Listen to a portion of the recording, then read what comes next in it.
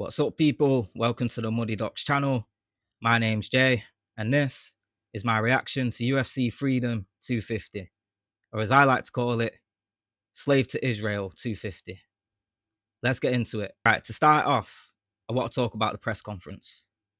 Like, for an event that's famous for being an event for the Epstein list, or the Epstein class, or however you want to call it, I found it really on the nose that they chose to bring young boys out with all the fighters.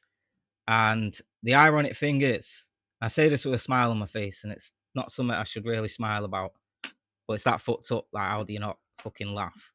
But the ironic thing is, I think some of them fighters actually wanted to walk out with like girls. They said, "Oh, can I bring my niece out? Can I bring my daughter out?" And I reckon they've gone, "Nah, it's too on the nose." For the guest list we've got, that's way too on the nose. And there's so much of a chance of something happening. So just bring the boys. We'll make sure Rogan's locked away from him. And that's the ironic thing is I think it was a conscious decision. Yeah, because they wanted this event to look like it's for the people, right? So they were like, yeah, let's bring kids out with the fighters and that make it look all wholesome. And then I reckon they thought about it and they were like, oh, actually, looks a bit weird. A little girl walking into the White House being led by a fighter. Let's change it to boys. Okay, on to the opening ceremony. So, as with all nations with supreme leaders, dictators, kings, however else you want to call this, usually a nation with slave minded people, they tend to like patriotism. And for this opening ceremony, you couldn't have found it more patriotic for the white American way of looking at things. It was literally a bald white dude in Dana White walking with a fucking guy born into billionaire status and Donald Trump walking through the White House like they own the place, which theoretically they kind of do right now, with the gold lined halls as all the military salute them. And then, just as the national anthem is about to ring out, we hear the sound of planes flying above head. The halls are filled with all the protectors of all the nonces. So, all the nonces in America were not safe last night, the ones that weren't at that event, because all the people that would usually protect them and fight for them were probably at that event. So hopefully there was some like purge like event last night in America where everyone realized this and thought, wait, if all the nonce protectors are at the White House, apart from a few rich nonces, we've pretty much got free reign on them here. So hopefully we might see some reports like that. Not that I'm condoning it, even though I said hopefully. Let me just say, like MMA Guru, this is a character. I don't really mean this. It's a joke. But yeah, I'm not gonna lie. The moment those planes flew overhead, I heard them before I saw them. And when I heard that noise for a brief millisecond, I thought that noise was a fucking missile. And I thought I was about to watch the fucking White House just get detonated in front of us all. And honestly, I don't know what I would have thought about that in the moment in time. Like, I don't know if I would have thought, oh, that was, yeah, just probably done society a fucking favour there. Or I don't know if I would have thought, fucking hell, that was barbaric. I mean, either way, I think I would have thought, fucking hell, that was barbaric. But then I don't know if I would have thought, fucking hell, that was barbaric. No need for that. Or fucking hell, that was barbaric. Yeah, actually, probably done us a favour. Anyway, again, as I say, this is a joke. It's a character. Don't take it too serious. Okay, so let's move on to the first fight. Lopez versus Steve Garcia. Lopez represents Mexico and Brazil, kind of. I think he's Mexican, but oh no, I think he's Brazilian, but he's adopted Mexico. And Steve Garcia, I'm guessing he's of Latina descent. And based off the music that he walked out to, it was very like Mexican, Colombian kind of music. So I find that really ironic that the first fight was like two Latino dudes. And it was almost like, come on, Latinos, fight for us on our lawn. Fight for us for money on our lawn. Like, it did feel a bit like that Tarantino movie with Leo DiCaprio and he makes like his slaves fight and shit for his entertainment. Felt a bit like that when you just looked at the optics of it. But yeah, like the fight itself was pretty entertaining, to be fair, and I think it was quite ironic given the first fight was a guy representing America against a guy representing Brazil slash Mexico, and the American guy gets fucking flatlined. Like, I find that ironic, and I thought that might have been a sign for the night, but I don't think it was. But yeah, Lopez was good. Um, Garcia was decent as well. Like, Garcia was more heavy on the output with the jabs and the leg kicks, and I think Lopez did his usual of, yeah, keep putting pressure on me. I've got a chin, and I'll just take your shit and fucking one bomb you. And that's kind of how it played out from what I saw. Like I say, I was drunk watching this, so I'm not gonna sit here and pretend I have this immaculate breakdown of the fight. I'm more judging this from a satirical standpoint and a humor standpoint. Also, as a side note, if you didn't know who Lopez was, had no context who he was, and you just saw him on the street, I'm pretty sure you'd think he was like the most Australian dude ever. Like, he looks like the most Australian dude I've ever seen. He literally looks like he should be in a cartoon about a Sasquatch and a fucking Bigfoot, and he should be walking about going, "What do you mean?" But anyway, nice little segue. Speaking of sassy, let's move on to Bo Nickel. Okay, nice segue. Now moving on to Bo Nickel versus Kyle Dorcas.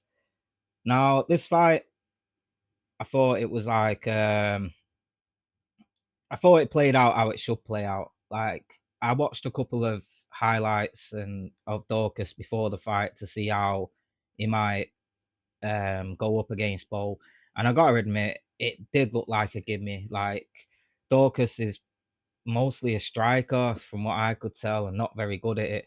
So I don't think he would deter Bo from what Bo wants to do, which is like the wrestling and the overhands and the weird hooks that he likes to do. But yeah, decent performance from Bo. I'm a Bo Nickel hater, I'll admit that. But I'm not going to try and set some narrative like, oh, that was fixed or whatever. I think the one thing that I might be able to say is that Dorcas was a bit overwhelmed. Um, but yeah, the one funny thing I really found about this was when the fight ended and Bo Nickel was walking out, they were playing YMCA. Like, literally, I'm not just saying this to be funny. A bunch of gay sailors, literally gay sailors. Like, I'm not even saying it to be offensive towards gays or anything. They were literally camp gay sailors come out as Bo was walking out the ring, and they started singing YMCA, and it was like the most camp sassy shit I've ever seen. So I found that really ironic. And every time in the future Bo Nickel fights, I am going to play that clip because that is the most Bo Nickel clip I have ever seen. And part of the reason why I think Dorcas got this fight is, I'm not gonna lie, I've not done loads of research, but I've got a feeling Dorcas is related to the other Dorcas guy that was a heavyweight. He wasn't all that great. I don't even know if he's still fighting in the UFC or if he's been cut. But what I do remember about that Dorcas guy is they used to hype him up for being a cop. So I've got a feeling the Dorcas brothers are currently training ICE agents and how to enslave Mexican children and maybe like beat them to death with hand-to-hand combat and make it look like an accident. And speaking of people on who I think are about to train people in hand-to-hand combat on how to kill children and make it look like a death, an accidental death, is Michael Chandler, the future ICE trainer. Let's go. Okay, fucked up segue. Moving on to Mauricio Ruffi versus Michael Chandler. Oh, Michael. You had it all, man. You had it all. You had the fight on the White House lawn for the president and all the fucking army watching. You had all the ceremonies.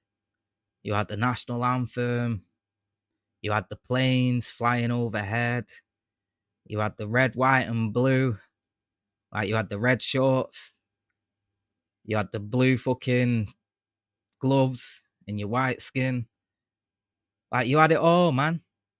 You probably had a little fucking clam rally scheduled for afterwards.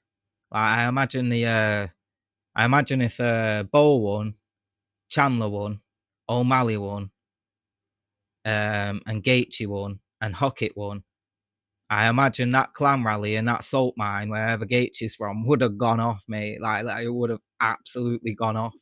I mean, it still would have gone off, but if he won, it would have added to it because he's like the great white hope of America. But yeah, he's a great symbol of America in his fighting style and how he is as a person. Because all what Michael Chandler is a ceremony, is a patriot ceremony. That's all he is. He's just a walking marching band for America. Everything he does and he says is like an American cliche, and it doesn't really mean much. And like everything he does and he says is to fight and stick up for the people paying him, his paymasters. So yeah, I find him a very good representation of American values. His fighting style. Now, to think of a good analogy, he reminds me of like a football player. And in football, you can get away with this because you're in a team, right? So I found this in my team, Man United, where we've had players like this, where they will put themselves, they'll run about a lot on the pitch, right? But then as soon as their partner or someone that would usually pass them the ball has the ball, then they suddenly just run behind a player, an opposition player, saying they can't receive the ball. And if they do receive the ball, the guy passing it to him gets the blame because he was being marked, but he ran behind the marker. And then when he knows he's not in a position to get the ball, he'll run around like a madman. And like people that don't really understand football, they'll see that and go, "Oh, I love this guy. He's so passionate. He's so explosive." But really, he's not really doing that. And usually he'll just talk about how much he loves the football club and all this, and like that kind of tribalism will get everyone loving him. But then if you actually watch what they do, they don't really do much. Chandler fights like this. So what Chandler does is, right, he fucking proper bounces and proper moves and all this, right? But he's proper out of range. So even when he's doing all this head movement, it's fucking pointless because even the guy's jab wouldn't even get to you anyway. So you're literally doing this like what to unsettle him, like, but you're doing it out of range. And then what he does is he will do like a fake takedown where he does it really out of range, knowing that he's not going to get a good grip on the guy's leg, right? But then his fans will be like, well, at least he tried. At least he tried. But it's like, nah, he doesn't try. He just tries to look good. Like, and even when he does pull it off, like he did against Charles Oliveira, he lifted him up and then dumped him down. He ended up with Charles Oliveira on his back, which is like the worst place you could ever have Charles Oliveira.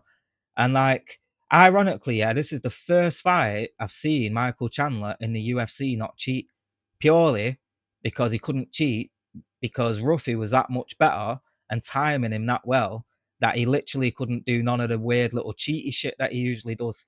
So yeah, Michael Chandler is the best definition for America. Like, he's all air, all fucking explosiveness, but it doesn't result in anything. Doesn't result in anything good. And literally, the people that are still blind enough to see that will just listen to him talk about candy ass and bootstraps and be all patriotic and just think, oh yeah, this guy's such a fucking explosive fighter. But I don't know how many times I've watched him fight and I've seen him just look at the referee like as if to say, like, come on, stop it, mate. Please stop it so I can argue against you.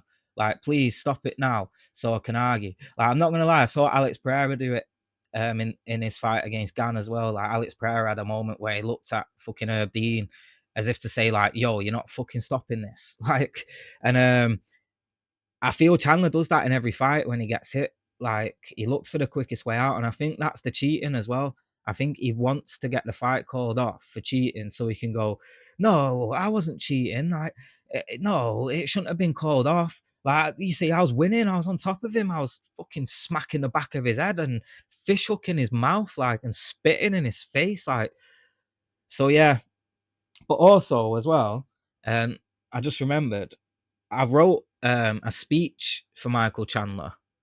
I wanted to write like the most um kind of American based speech ever for Michael Chandler. I was going to attempt to do it in his accent as an impression, but I can't do it. So I'm just going to do it in my accent. Yeah, are you ready? This is what Michael Chandler should say for his losing speech. You can call me a candy ass. You can count me out. But I pulled myself up by the bootstraps, earned my stripes, kept my chin up and my hands up. I sucked it up, took the hit, gave the hit, laid it on the line, showed some heart and grit, ran it back, and I'll come back harder. No excuses, no handouts. Earn your keep, put your money where your mouth is. Step up or step aside. Bring the fight, bring the thunder, make 'em pay. Make your bones, stand your ground, don't tap out. Fight through the pain, go big or go home, and never back down. And most importantly, walk on. See you at the top. Yeah, so that's the speech I think Michael Chandler should give for losing this fight. I think that will hit all the like spots that he wants to hit. Um, Maybe add in some stuff about bombing schools in the Middle East, or like killing children in hospitals in the Middle East. Maybe add some of that in to get the fan base behind you. But anyway, let's move on. Okay, Josh Hokett versus Derek Lewis. I'm not gonna lie, I don't have a favorite. I didn't have a favorite in this. I didn't prefer one or the other. Like I used to really like Derek Lewis, but I've really gone off him in a lot of recent fights with how often he just gives up, um, and he just doesn't look like he trains. So I find that really frustrating as a fan. Like the fact that we have guys like Derek Lewis tied to Avasa that don't even look like they do a fight camp and still get paid to turn up. It's kind of frustrating when there's a lot of fighters out there that would fucking do like triple the amount of fights in a year for the amount of money they get paid and for the promotion they get. Um, so yeah, I have really gone off Derek Lewis. Hokit, don't really like Hokit's shtick, if I'm honest. Like he does have a few gems. Like he said something about I'll treat you like a mime and do unspeakable things. Like he has the odd really good line, which I do like. His humor every now and then he hits, yeah, and he really makes me laugh. But that's very rare. Like usually in interviews, he gets a bit like, well, I suppose you could see it in his post fight thing, right? His humor's just to say like Michelle Obama's a man. Like I watched him be interviewed and literally he was just talking about like how the Chinese are just your stereotypical like far right banter that's just not that funny. Like that's kind of the shit he has, and it's like that down that old shit and all that. Like, yeah, he just what he gives off, right? He reminds me of like Sasha Baron Cohen, yeah, like he's an agent of chaos, like what he's supposed to do is kind of make fun and make light of everything that's different to him, and then kind of stand up for like the white American, and you saw that in his press conference. I don't know if that's a personal choice he's making or if he is an actual agent of chaos. With that name, Josh Hokett, he could be an actual agent of chaos. He could be like. All what I will say is he might be Ariel Helwani's favorite fighter. That's what I will say. But yeah, it was a good fight though. And one thing I will say, Josh Hokett is the perfect example for fighting at your weight.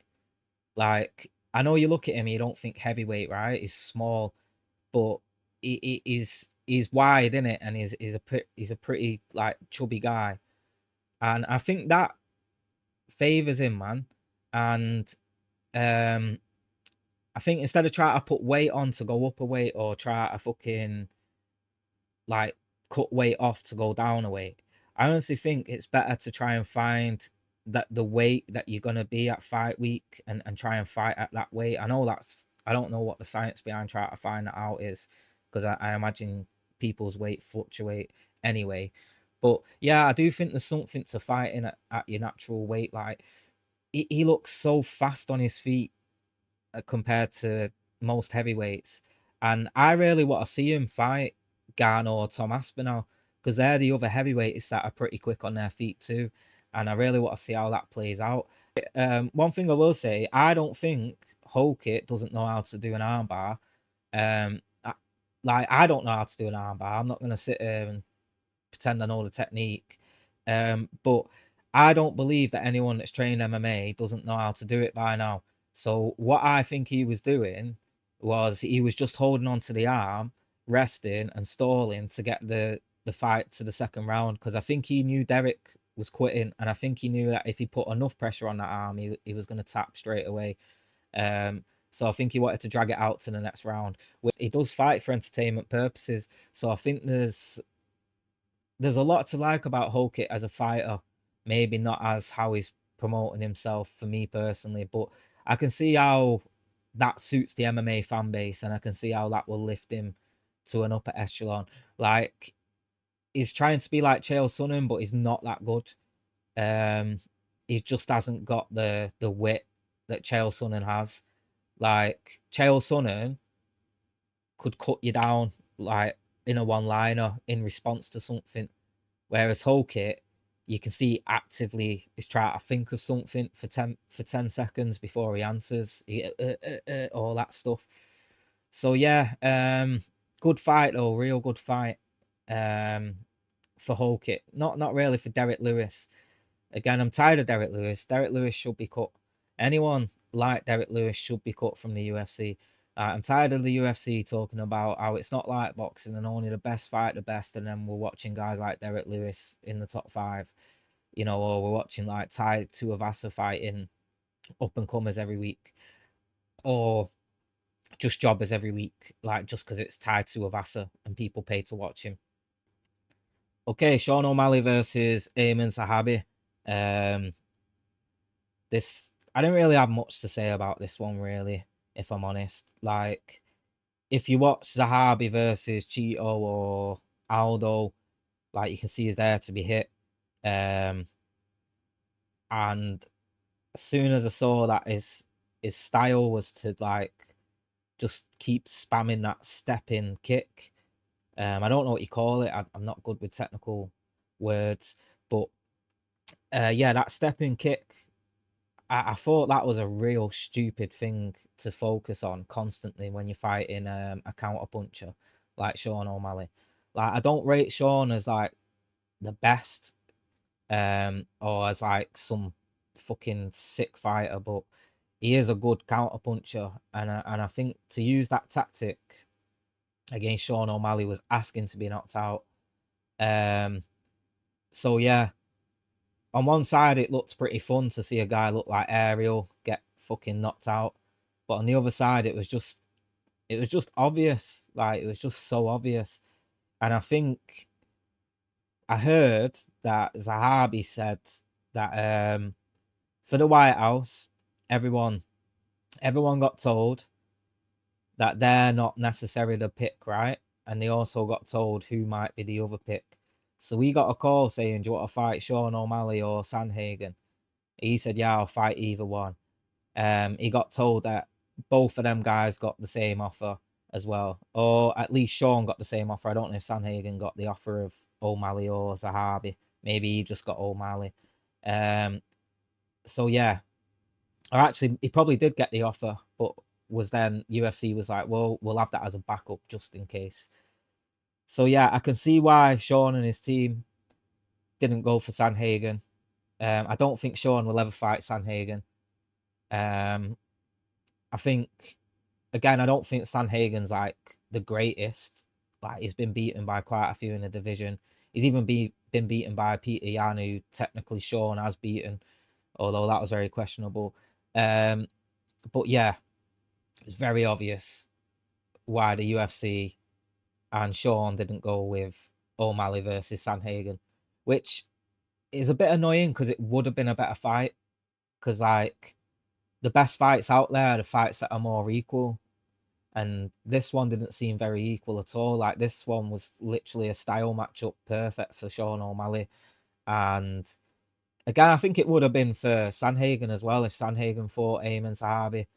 But like that's why it should have been Sean versus Sanhagen. Like, and then the winner of that can go on to fight Yan again. So yeah, this division's getting a bit silly. If Sean's next for a title fight, then I think this division's gone a bit silly. Um, but it always is silly when Sean's involved. Like it's never fair. It's always just set up for him. So yeah, is what it is. Sean got what he should have got. It was kind of a lose-lose for Sean in a way, because if he didn't knock him out, if he did anything other than knock him out, people would have gone, "Oh, he's not that good. He couldn't even land on Zahabi, and everyone can land on Zahabi." So yeah, it was a kind of a risky one for Sean, but also not risky at all in the sense of, it was literally set up for Sean to knock him out. So yeah, we'll move on.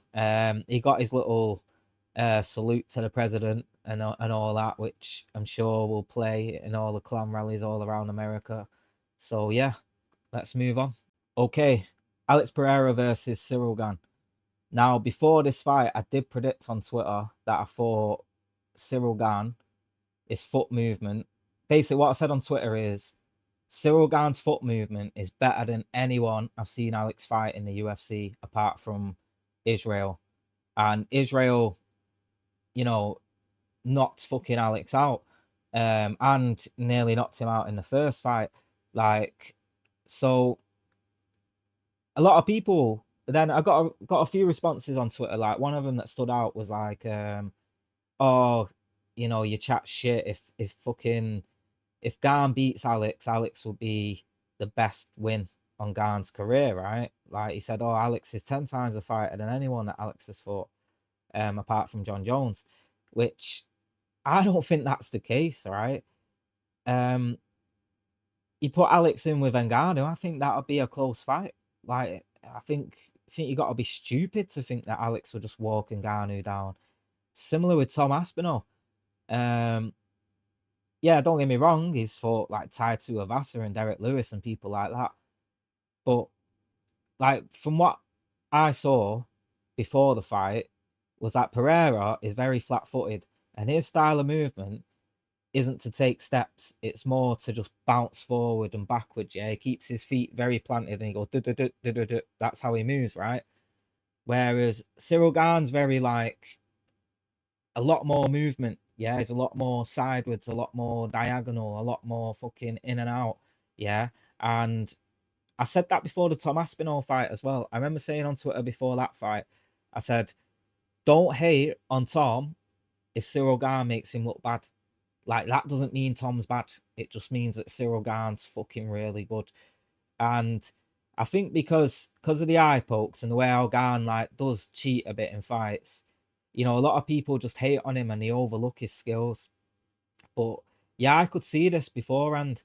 And again, it goes back to what I was saying about Hokit, just fighting at his natural weight and not thinking about putting weight on or taking weight off. I feel like Alex Pereira wanted to put weight on to be a heavyweight, and I don't think he necessarily needed to do that. I think he could have like just kept his almost natural weight and or basically just trained to keep, like, how do I put it? Only trained for skills, right? And only trained for the fight and not for putting weight on. Because I feel like some of his training camp was actively to put weight on. And I feel that hinders people. With Gane, people are gonna try and look at like how he's gaining an advantage from the referees or how he's cheating, and that's going to be the main focus. And I think it's a shame because I think any other referee apart from like maybe Goddard and Herb Dean, I think they would have stopped the first time Alex got rocked and dropped. Like I think they might have stopped it then.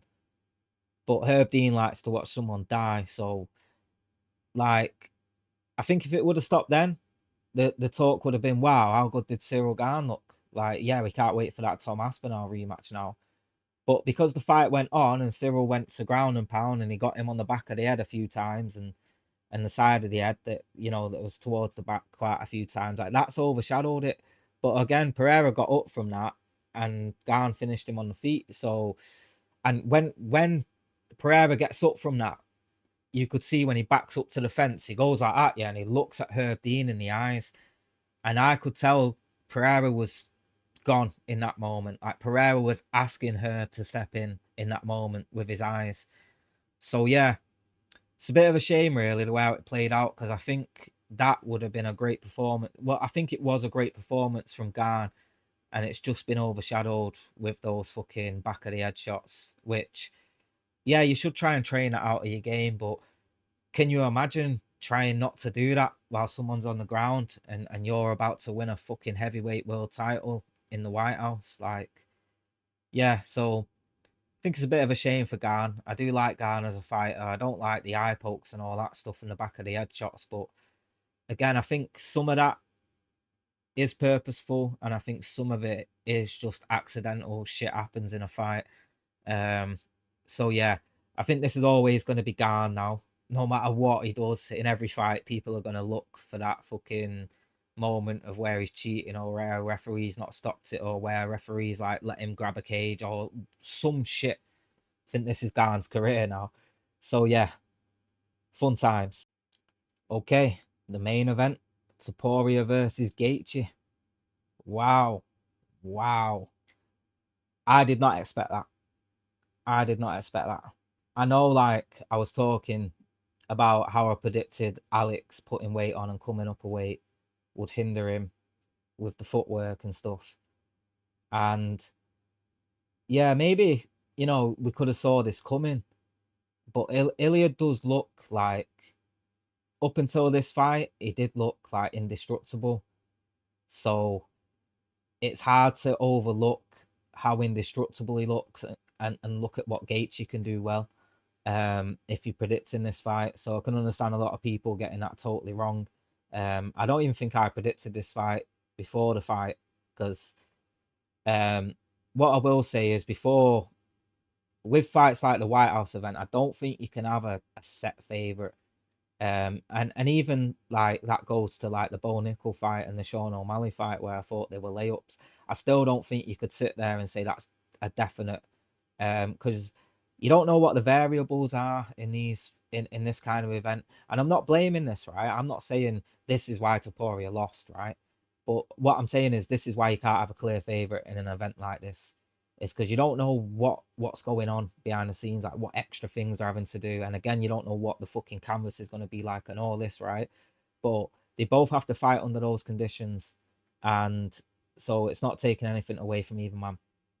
What I will say is the first uppercut that Gaethje landed, when I watched it live, I thought it landed on Toporia's eyeball and busted his eyeball. Honestly, that's what I thought. I've not even watched it back, but it was either like the first or second uppercut that Gaethje managed to land in that clinch that he kept doing. Yeah, that I think fucked Topuria up. Like, I'm not saying, and again, great tactic from Gaethje to do that. And the thing about Gaethje is, right, I've had I've been around guys like him, like sparred a few guys like him when I was a kid. Again, I'm not trying to say like I'm some fucking experienced fighter, but like he does remind me of some guys that I'd either fight with as a kid, like toy fight or spar with, and he has that kind of like power, yeah, where it's not like knockout power, but it's like thudding power, to where it hits you and it just gives you a dead leg. Like, is that type of guy that can just give you a dead leg, just dead easy. You know what I mean? Like, and I felt that with Topuria, right? I felt as soon as Topuria got hit with that uppercut, it was so clean and accurate from Gaethje right in fucking Toporia's eye. That was it for Topuria from there. And Toporia's style of fighting, that high pressure, just march him down kind of style, I think it does work well if you manage to get him under that pressure. But against a guy like Gaethje, who's got quite an accurate jab and he's got quite a bigger reach than you, and he's fighting at his natural weight up at lightweight, and you've come up to try and match him at that weight. Like, I think like it just didn't play in to Poirier's game plan at all. Like, I think it just totally played into Gaethje's game plan. And as soon as I saw that uppercut land in the first round, I thought, whoa, this is going to be a long night. Because I've seen Gaethje do this. I remember him doing it with Ferguson.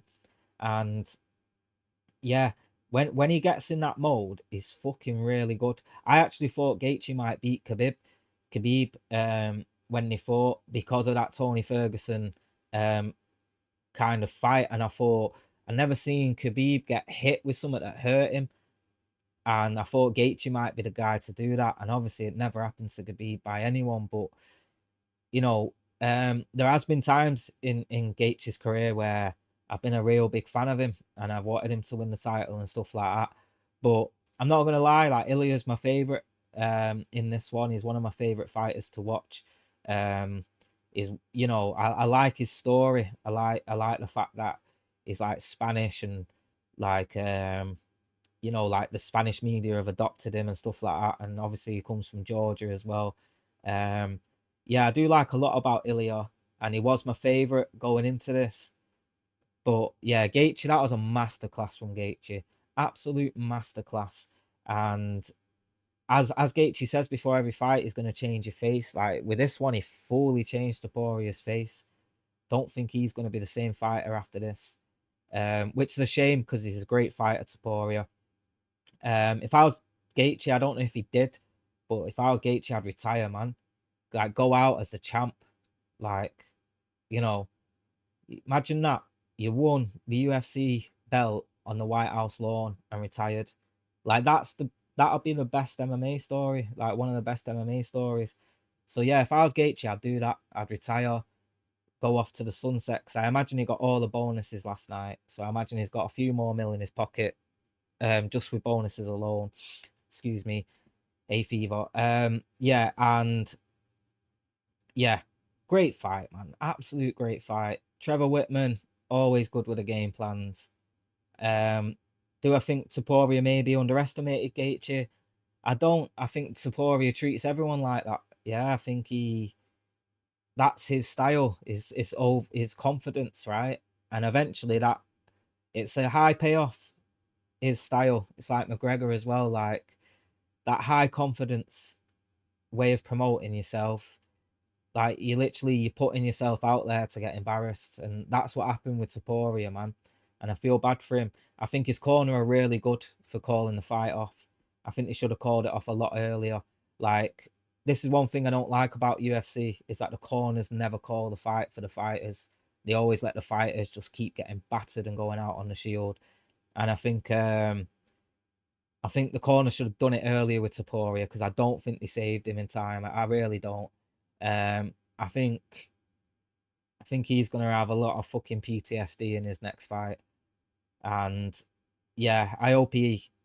I don't know how he's gonna come back like from this. I really don't, because the sad thing is, right, I can see him fighting someone like Paddy, and now Paddy doing well, because Ilya's like overly cautious, and that's such a shame that might be how it plays out for Topuria. That some guy like Paddy, or some guy that should never beat Topuria now will beat him. It's like how we watch Izzy now fight. You know what I mean? So, and again, not to criticize Izzy or Topuria, like Izzy's one of my favorite ever fighters. But that's how it feels watching Izzy fight sometimes. Like watching him get beat by a guy, and I'm just like, that guy would never beat the prime Israel Adesanya. So yeah, great event all in all. To be honest, very entertaining. I enjoyed it. Um, a lot of pageantry, a lot of fucking ceremony, a lot of bullshit. It was pretty much a great representation of America, an event that they say is for the people, but they charge too much for anyone to get in.